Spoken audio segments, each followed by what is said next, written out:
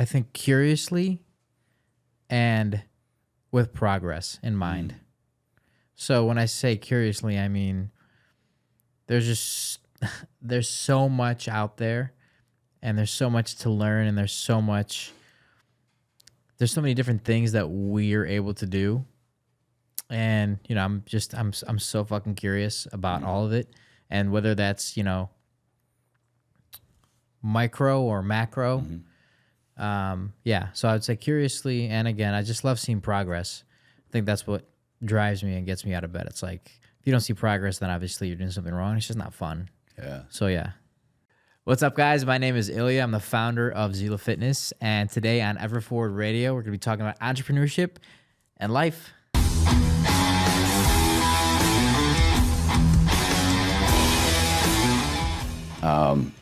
So pizza. Yes. Like so spill. Thin or thick? Or just lay it on me. What don't you like? What do you like? I say thin is probably my last choice. What? Dude. But, you know, just traditional like hand toss, I don't know. I don't actively seek out thin crust, but like I'm not taking it off the table, man. It's pizza, still pizza. Right, totally. Yeah. Okay. What am I missing out on? I mean, my personal favorite it's called Chicago Tavern style, where it's like it's cut up into squares versus right? Sicilian style, right? But that's thick. No. Sicilian is more thick. Okay. Yeah. So, but Chicago Tavern style, it's cut up into the squares, and it's really, really good, like cracker crust thin, and it's just like fucking popping in your mouth like chips, you know. That does make me feel better. And I can eat like an entire pizza. Yeah, it's make me feel better when I eat the whole thing. Yeah. It's like low carb, right? Right. Yeah. But no, I don't discriminate, man. I mean, I respect all pizzas. Yeah. I just don't like deep dish. That's the only it one. takes a lot. That's the only time I feel actually okay about whipping out a knife and a fork and going to town. Totally. But dude, there's some great deep dish in town here.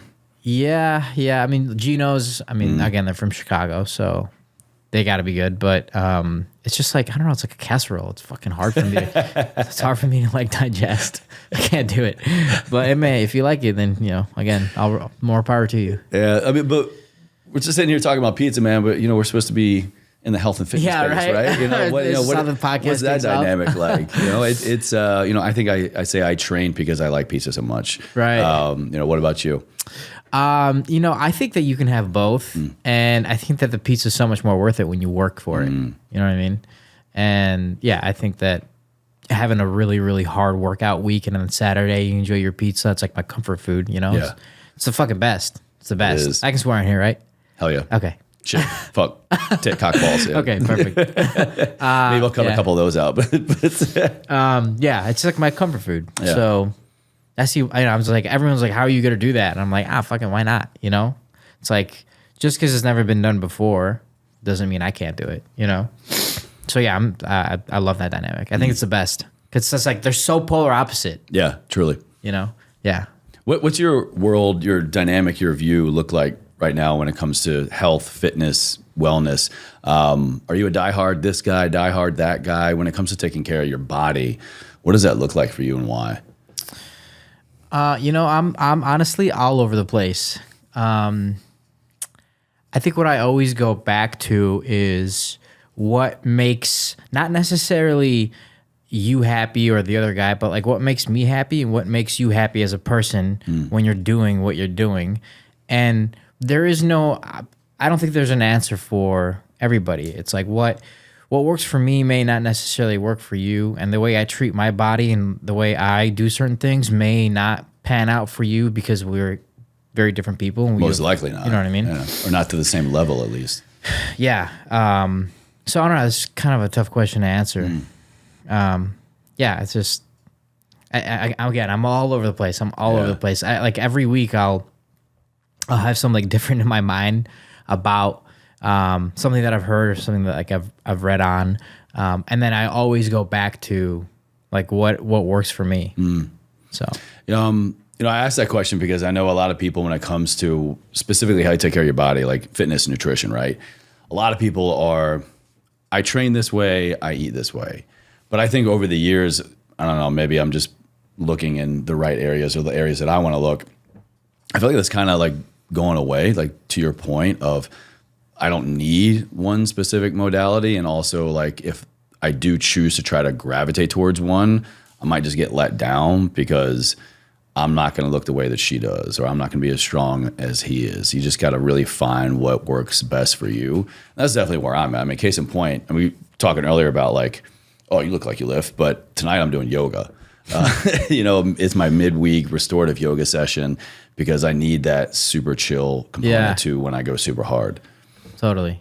Yeah, I've never done yoga, honestly. Well, actually, one time, hot yoga, but I don't know. Yoga and Pilates, I don't really get it. Like when I go to the gym, I want to be like my heart needs to be like beating. I need to be like sweating. It needs to feel like someone beat the shit out of me. Well, go to my yoga clinic. They'll definitely do that. Yes, well, I've heard like that yoga places do that, but I've never experienced one where I actually feel like I've gotten a workout. Oh my god, dude! Shout out Artha, this wellness center up on Sunset. Okay, I go there for like IR sauna, cryotherapy, float tank, and they also have like in the membership you get unlimited yoga. They've got this one class. It's called Rebel Yoga. Fuck. I have yet to. I've been like bouncing around trying to. Oh, maybe it's just the instructor. Maybe like he's sadistic. Maybe she's sadistic. Yeah. I'm like, this is not the yoga I'm used to. But at the end, my body is like, yo, this is the yoga we needed. I sweat. I walk out like probably 3 pounds lighter, man. So wow. It's like shout out Rebel Yoga to Artha. I can't imagine. What do they have you doing? It's just flow, like movements, not like long posture holds, but you're moving, and just the postures they try to get me in. Just the repetition, the cadence, the postures engages things in ways that I'm like, I didn't know I had a muscle there. Also, usually when I'm doing it, it's like I have either like the day before or like within 48 hours train pretty hard. Like my particular style, I like to train heavy first on my compound lifts, and then I kind of just have fun with accessory shit after that. So I'm moving a lot of weight. I'm taxing my body, but my central nervous system as well. So then I feel like when I go into this kind of yoga, I do it because I need to get more limber and loose and mobile. I'm not going in, and that's why it's way more difficult for me. Right. Okay. Have you ever tried boxing? No, I want to though. Dude. I'm down to just like move in different ways. So why should I do boxing? What's going on in that world? Similar to what you said, it's like you do it and you realize like, holy shit, I didn't know that I had these muscles and I'm working my body out like this. And it's like, it's just such a different, like no matter how much you train and no matter how much you lift, if you go to boxing, similar to if you go to yoga, you would be so fucking sore the next day. I hear, what's the spot? Rumble? A lot of my friends go there. They're enjoying it. I've heard of them, but I've never been there. Yeah, it's just like you're moving differently. You know, your back muscles are moving differently. Your arms are moving differently. So, coordination, hand-eye coordination. Yeah, totally. Yeah, so it's very different from just a lift or yoga or whatever else you're doing. Have you found when maybe you're not as active, maybe you're off, you took a couple of days off or travel or work or whatever? Do you find that when you're not physically active, it negatively influences everything else you're trying to do and being an entrepreneur, a creative, a business owner? Yeah, I think whenever I take a day off, that's like the only thing I'm thinking of is like, fuck, I'm not in the gym today. It consumes me. Yeah. And yeah, I mean, it's crazy. It's like borderline crazy, honestly. Yeah. When I'm out in the gym, I'm like, fuck, I gotta get in the gym. And that's what I'm thinking about. So, and that's not necessarily like I don't think that everybody should be doing that, but it's just I just feel better after I work out, Oh yeah. So it's just what it comes down to. Do you find any unique creativity when you're in the gym? Like, oh, I got an idea for this, a product, a video, whatever. Yeah, there's 2 places that I get creative, and one of them is in the gym, and the other one is when I'm in the shower. Like when you're just standing there and what fucking is that? Like, I don't know. What is that? I don't know, but it's in the shower. Best ideas in the shower, man. Dude, the best. So yeah, in the shower and in the gym. Specifically in the gym when I'm running on the treadmill or just running outside, whatever. When I'm like not a crazy run, just free. Just like a free run. Yeah, I think that's when I get the most creative and start thinking of shit for sure. So I have a theory now that we kind of talk about like the shower stuff. And when you're running, like I don't run anymore, kind of by choice, but also sharing with you earlier, my injuries kind of like prevent me from that. But I remember running long time ago, and there was something about like that flow state. I know now it's like the endorphins, it's the dopamine, it's all of these incredible things happening in my body and my brain that just kind of tell everything else hey, chill, we're good. Metabolism slows down, all these other bodily functions, and you have literally nothing else going on but just pure adrenaline. And so I think it's kind of in that free flow state, whether we're on the treadmill or on the trail or in the shower, just doing nothing really. And all of a sudden it's just like boom, boom, boom, boom, boom. Yeah. Do you do anything to kind of seek that out? Like, do you have a meditation practice? Do you seek out stillness? Do you seek out anything else to kind of just induce that flow, free thinking state? No, I've tried meditation, but no, not specifically for that. Like I won't do meditation to attempt to get into that state. It just kind of comes naturally to me. Yeah. And I think that if you almost try to force it, I think it's like, if you want it to come, it comes to you in like a weird way where you're like thinking of shit where you're not really supposed to be. So I just kind of let it come to me. Manifest. Yeah.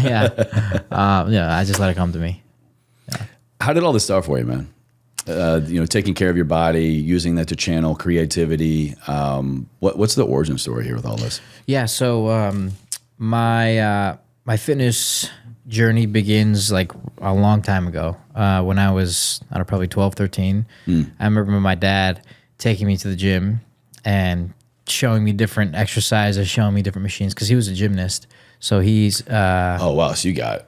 Yeah. Dude, gymnasts, they're the strongest people I know. Yeah. Shit. Yeah. So... You got some good genes. Huh? Yeah.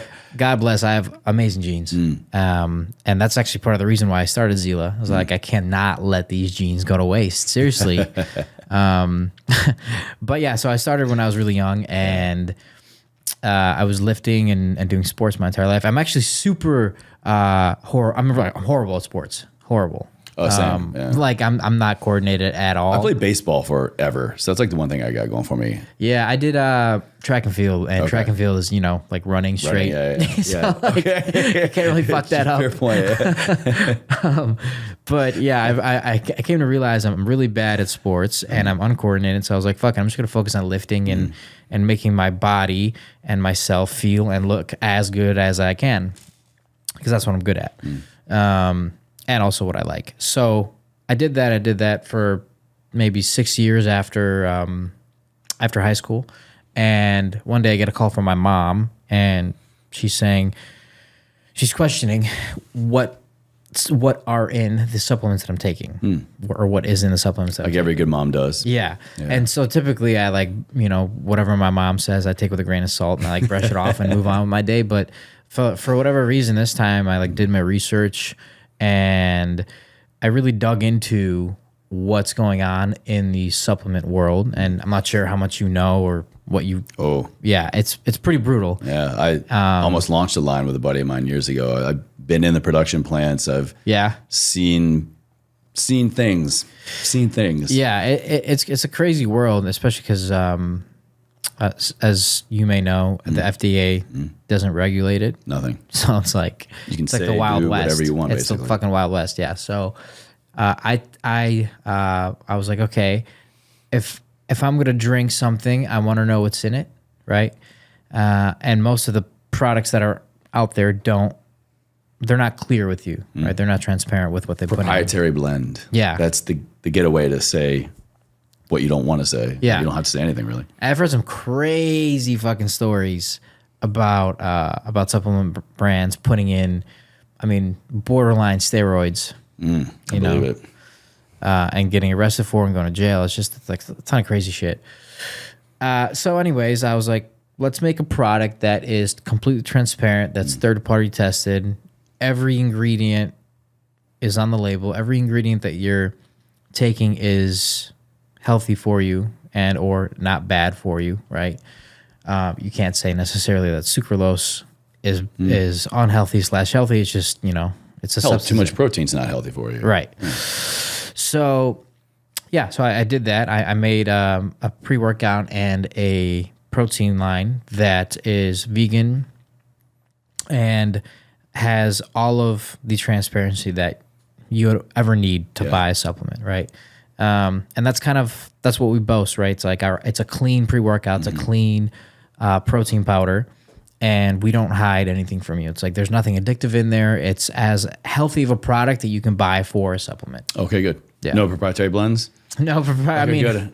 yeah. All right, well, I'm saying maybe I put my foot in my mouth about the proprietary blend thing. No, I mean, they're obviously like everyone has their own proprietary things, but Right. there's nothing that we hide on the label. Everything's on the label. Something you said caught my attention. I want to go back to, what I like and what I want to do. It's not that often when we get to do those two things together. Yeah. What is it like to do what you like? How did you kind of get to that point of kind of marrying those two? Because oftentimes I think, especially the traditional job, right? Or just what we're doing in this human experience. I'm supposed to do this stuff. And then there are other things that I like to do that I'm not supposed to do, or like I'll never be able to do. Like, how did you kind of bridge those two worlds? I think it was pretty organic for me. I was blessed with a following, on my social media. And again, I was blessed with. Well, you didn't just wake up to that. Yeah, I mean, for my social media, yes and no. Like, maybe you did. Yeah. So you had something pop off, Yeah, it wasn't really even me. It was David, my friend. Obviously, I was featured in a lot of his videos, and I wasn't doing anything on social media myself. So I would gain these followers pretty much overnight, doing nothing. It's just because I was in his videos, which is great. I think over time, those people that originally had followed David and then followed me began to like me. So then obviously they stuck around. So, anyways. I have a following. I have a passion for fitness. I want to make my own product, and I was like, okay, let's combine it all. Let's make a product. Let's sell it to my audience that I have, and yeah, that was really it. So luckily, again, it was a very organic thing. It wasn't like I had to go search for many things. It was kind of just putting the pieces together. But you got to have a certain level of awareness. I think I see a lot of missed opportunity, and I see a lot of. What's the opposite of missed opportunity? Trying to make an opportunity happen, maybe, especially when it comes to social media space. Like, hey, a video went viral, and now all of a sudden overnight I've got 10,000 followers or more than I had before, or someone featured me in something, and now I'm like popping off. I think I don't know what to say if it's natural for people, but I think nowadays it's more natural to go, all right, what can I do with this? How can I make this into an opportunity? How can I leverage this for maybe something I'm already doing? How can I support this audience? Yeah. And how can they support me? And then you've got other people that go, okay, cool. I see a bunch of people that I can just market. I see a bunch of people that I can just try to capitalize off of. How did that process unfold for you? I assume it wasn't like, cool, I've got all these new people in my audience. Hey, here's a pre-workout. Here's a protein powder. Like, did you nurture the audience? Was it asking questions, or was it just like getting feedback on like, oh, they're coming to me for this, so let me support them with a product? I think it was more so that it was people knew that I was into fitness and working out, and there was a gap in the market for this product, and I had luckily filled that gap. That's that missing space.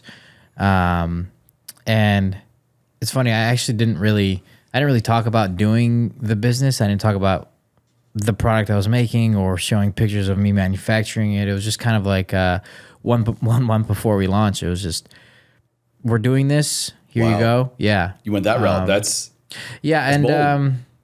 I just trusted the product so much, and I trusted myself and believed in myself and my crew that it would work. So, I think it was risky, but nonetheless it worked. Yeah, I was going to say, obviously it paid off, but obviously I'm assuming it's pretty damn rewarding. Like, what was it like launch day? What was it like seeing the first order, the first 100, the first 1,000 orders come through? Like, what was it like to kind of go, cool, I got something here? Yeah. I remember 9 a.m. is when we launched. 9 a.m. was the launch time. And I think it was like the first 5 minutes or so, we had like $15,000 in sales. Hot damn. And this is before we promoted anything on that day. So meaning we didn't post the video of my buddy's transformation with Xeela. Yeah. We didn't I didn't have David post anything about no one. The PR packages weren't out. Nothing that day had been done yet, aside from the hype from The preliminary stuff the before. previous month. Yeah. So that first 3 minutes, whatever it was, and I'm looking at my phone, it's $15,000. I'm like, holy fuck, that's insane, And yeah, it was really cool. It was really cool because it was a good start. The shitty thing about those starts, those insane starts, is once you have such a big wave in the beginning, it sucks seeing that wave die down. I say this with everything. I would much rather prefer to start slow and build up. Because you have that much room. Everything's up at that grow. point, Yeah, everything's up versus this huge wave that you experience, and now you see sales dwindle because everyone that wanted it has now gotten it. And it's not a bad thing what happened necessarily, but it's just a way of looking at it. Sure, yeah. You have to anticipate and expect that if you have such a big rush of orders, that your sales are going to dwindle and die down. You just have to get ready for that. Yeah. That's the mindset I love to highlight the most on the show is it's how do we view the things that are happening in our life? How do we view myself? How do I view my relationships? How do I view my business? How do I view my social media? How do I view everything? Because how we view it determines how we're going to take the next step. How we view it determines how we're going to hopefully respond over react.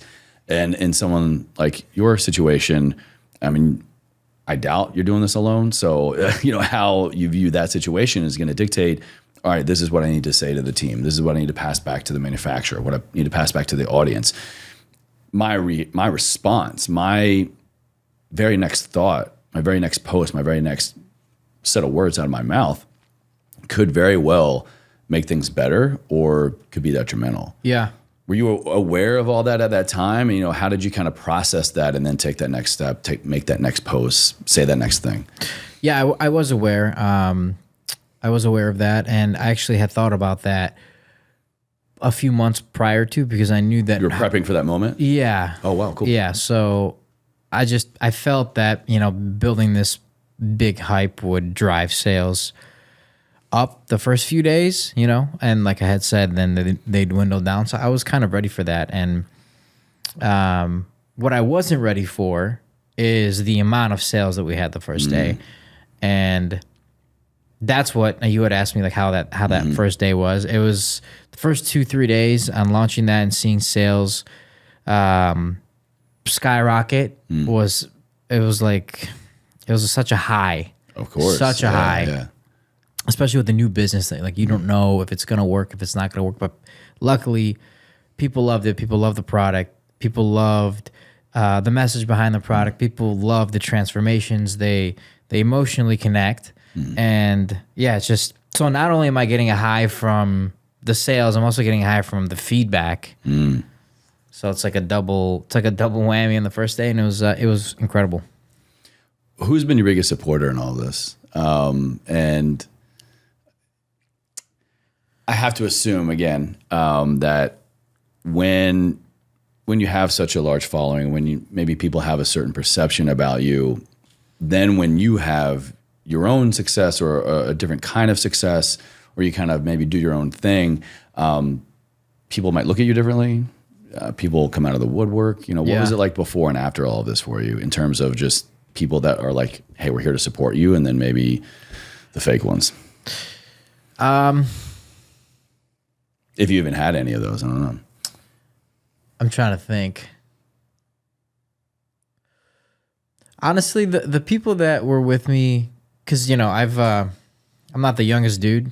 I'm 26. I'm also not the oldest dude, but yeah, I'm 36. Yeah. Nonetheless, I've kind of understood who my friends are and who my friends are not before that point. So I think the crew that I had going in with me were a pretty solid crew, and those are the people that stuck with me prior to at Xeela or anything.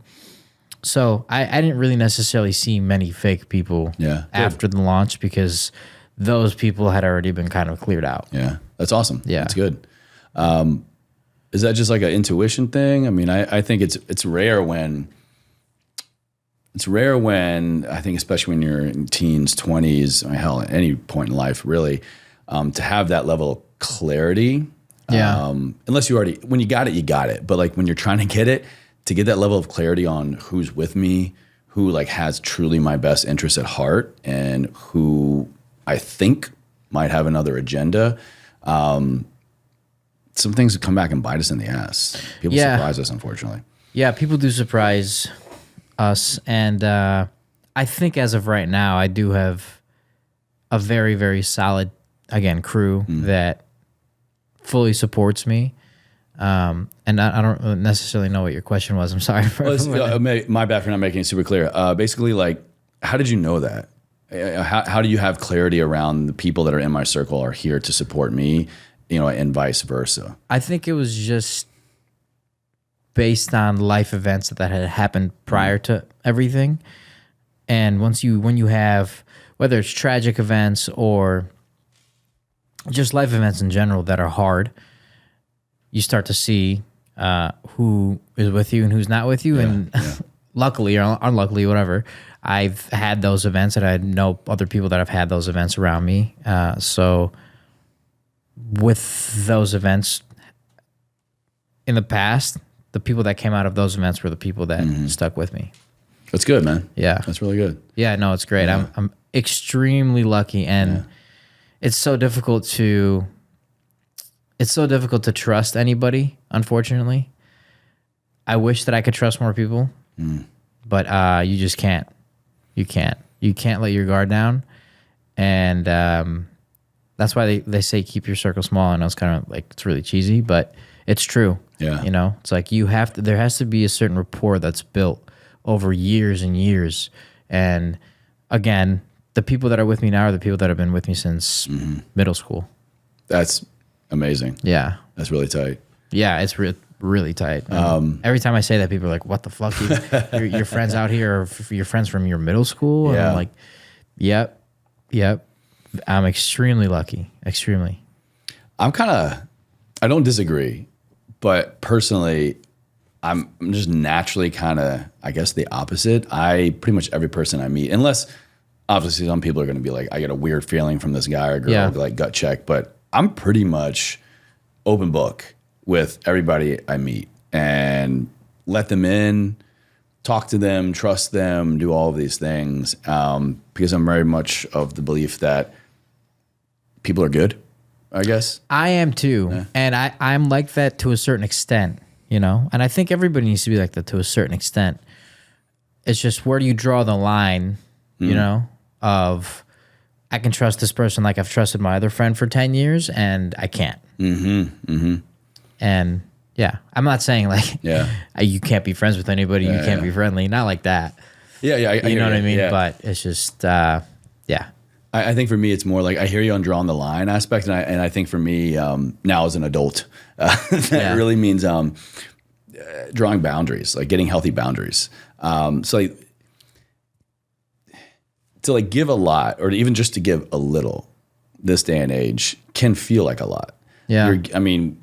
Who needs more friends, really? Like, it's another person you need to keep up with, another person you want to check in on. It's just like people want to do things, and that sounds bad, but like to have that many people asking of you can be energy draining. Yeah. But for me, as a way to kind of, again, keep an open mind with everybody, but to establish healthy boundaries so that I'm not dumping too much of my energy too often into these people, is not like a tit for tat thing, but just, all right, I'm giving.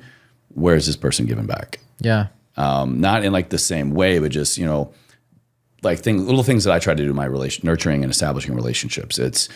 I got a little checklist, like once a week, once a month, I go through my texts and see, did I miss any? Who is at the bottom of my text? Who haven't I checked in on? Who haven't I sent an email? Who haven't I DM, kind of thing? People that I think matter. So you actually follow up with people. Oh yeah. Oh wow. Yeah. Props to you. I'm that guy. But see, over the years, it's been very draining. And I've learned that, as I kind of go back to do that, I now have another little checklist of, what, this person has not done anything to check in on me, to whatever.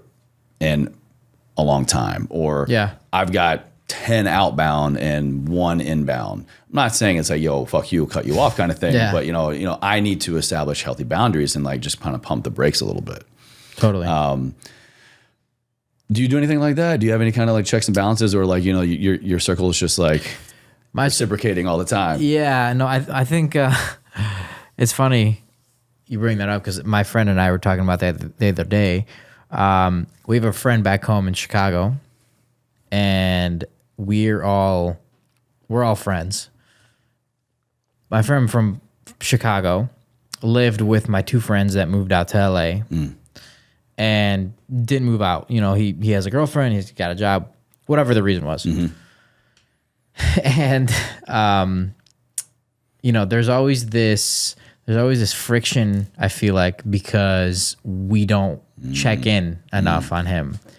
And my buddy was checking up on him, I guess. He's got a new job, and he was checking up on him the other day.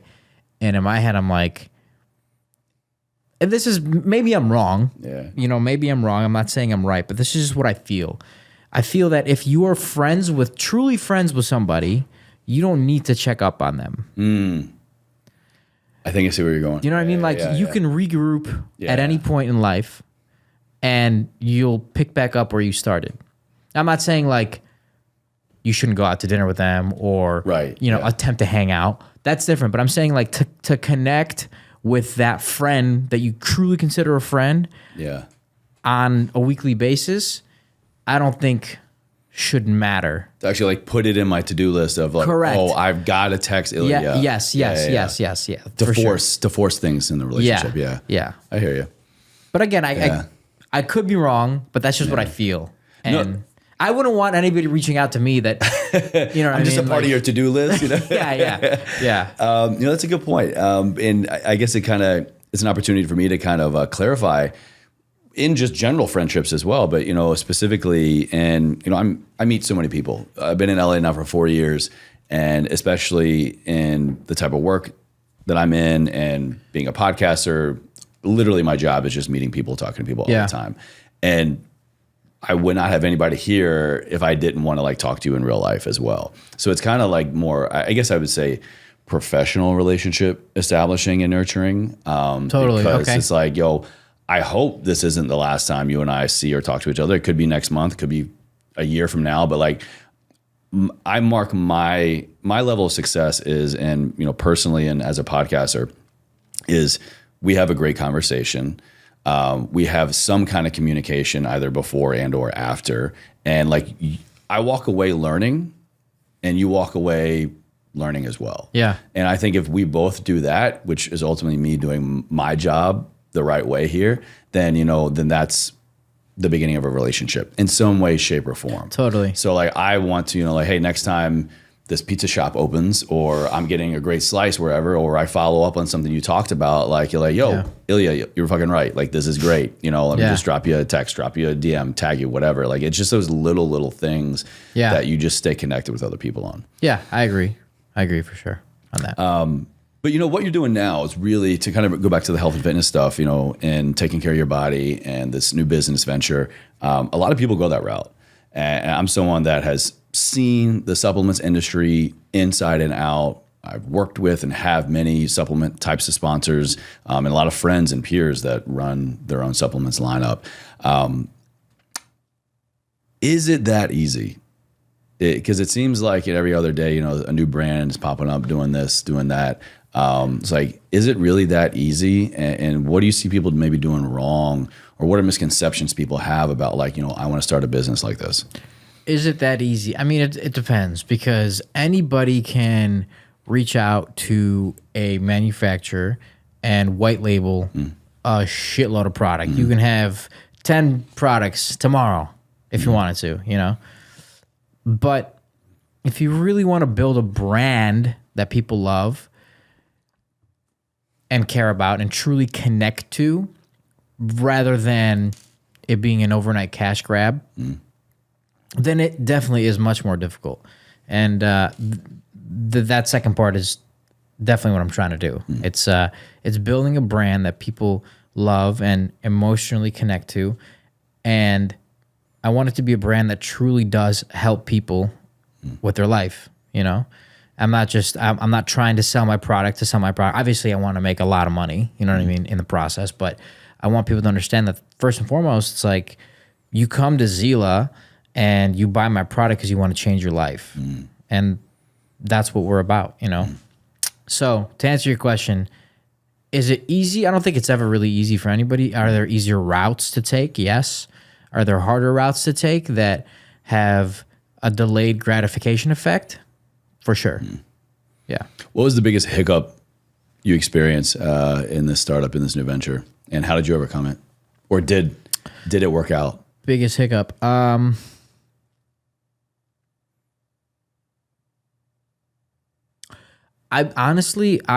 very lucky. I have a very, very smart partner that has been in this supplement world for a very long time. Oh, great. Okay.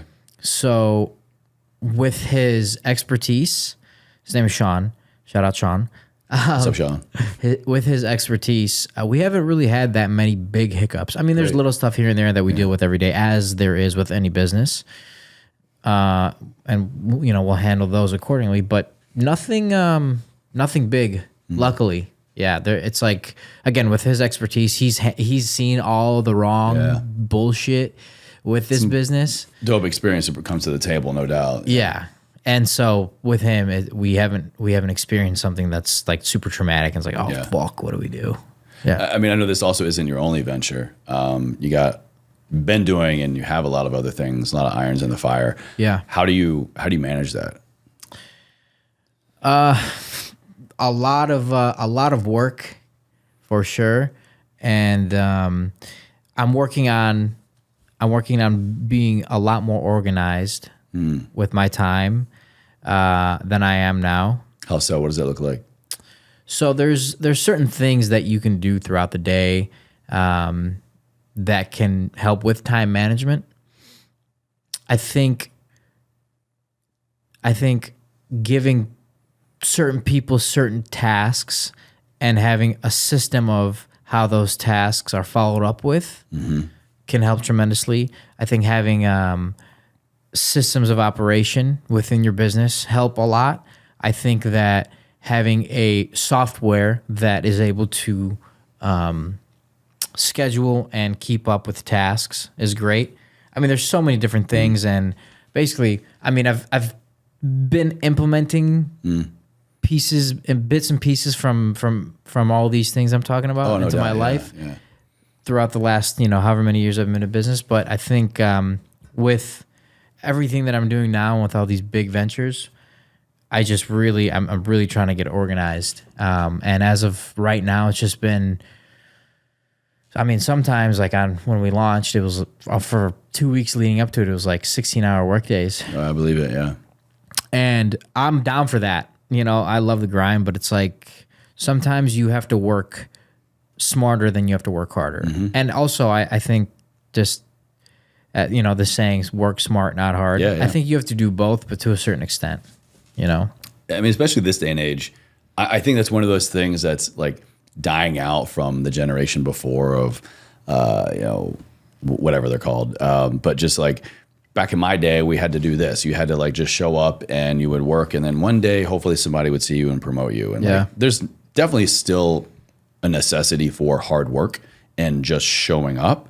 I think that coupled with time and awareness is what a lot of people call luck. It's when hard work meets opportunity. Yeah, that's the intersection there. But bro, like your smartphone, my smartphone, like these systems, laptops, like the way just the internet and social media and technology is right now, you're an idiot if you're not thinking that I can work smarter instead of harder. Just we have so many tools at our fingertips, literally. So many. And so many that you don't know about. You know what I mean? Oh my God, yeah. Like it's like delegation and systems, like there are things that I'm finding now, I'm like, how have I not been using this my entire life? Yeah. But also I know there are things that you're probably using some shit that it like would crunch like 40% off my time. I don't know. Yeah. Or like help somebody else on my team, Yeah.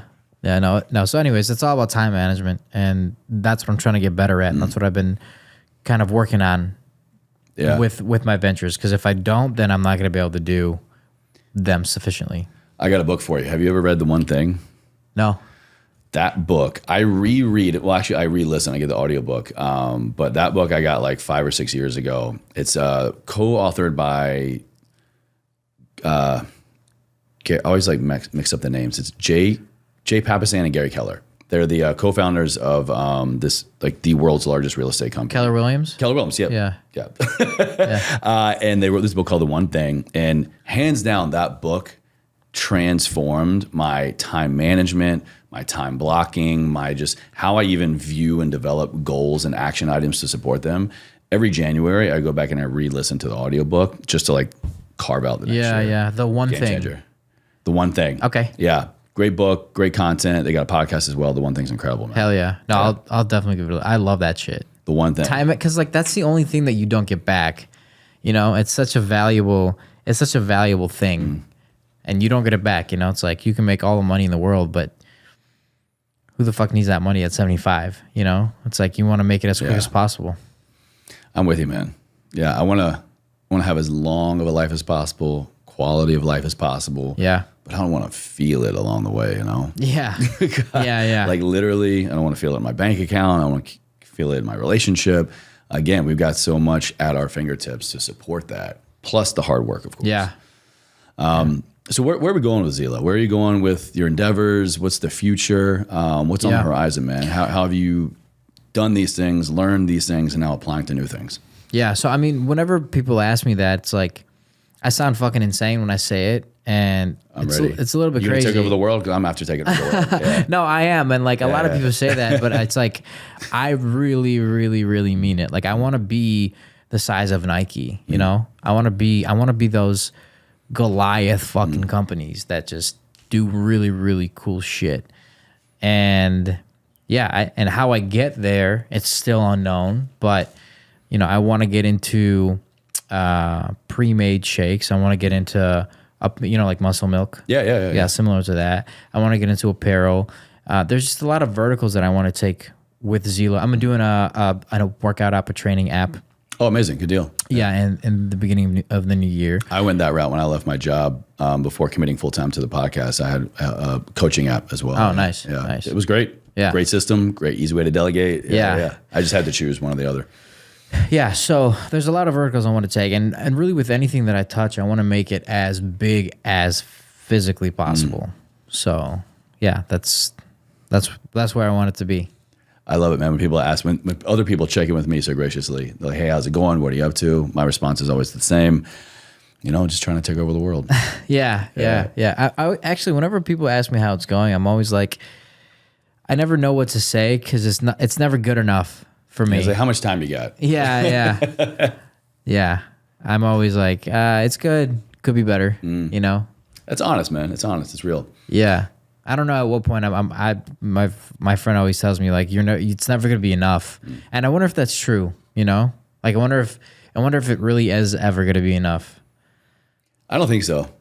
Not from the perspective of like greed or wanting more, maybe for some people, but just as we level up in our own endeavors and what we realize we're capable of and what we accomplish and how we accomplish it, like we're just saying, like technology advances, the world changes, and so it's almost like we never get to that next level because it's always a sliding scale. You know, yeah, it's always running parallel. Yeah, I think. No, I agree. I agree with that.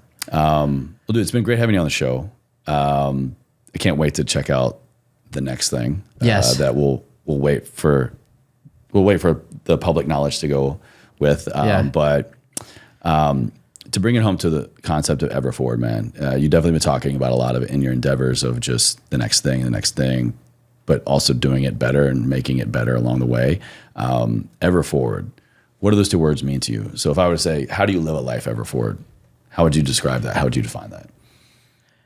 Oh man, you got to give me a sec for that one. Take all the time you need. I always say there's never a right or wrong answer. Yeah. You know, there are so many guests come on the show and talk about a lot of different things. You have your life experience, and then now you're doing such unique things professionally. You hit road bumps along the way. You're human. What adversity have you turned into your advantage? You know, when you look at an obstacle, how do you push through it? What gets you up in the morning, man? I think curiously and with progress in mind. So when I say curiously, I mean there's so much out there, and there's so much to learn, and there's so many different things that we're able to do.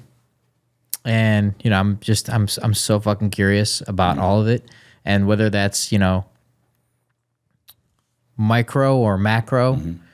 So I'd say curiously, and again, I just love seeing progress. I think that's what drives me and gets me out of bed. It's like, if you don't see progress, then obviously you're doing something wrong. It's just not fun. Yeah. So yeah. Curious. That's one of my favorite words as of late. Oh yeah. Yeah. That's funny. It just the word itself makes you just think.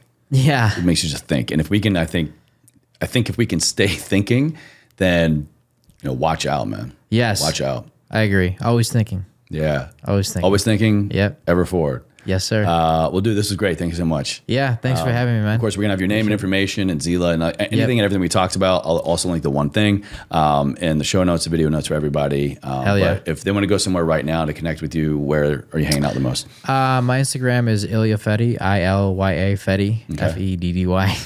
And then my website for Xeela is just xeelafitness.com. And that's Xeela. Yep. But again, I'll list it down below for you guys. Yes, sir.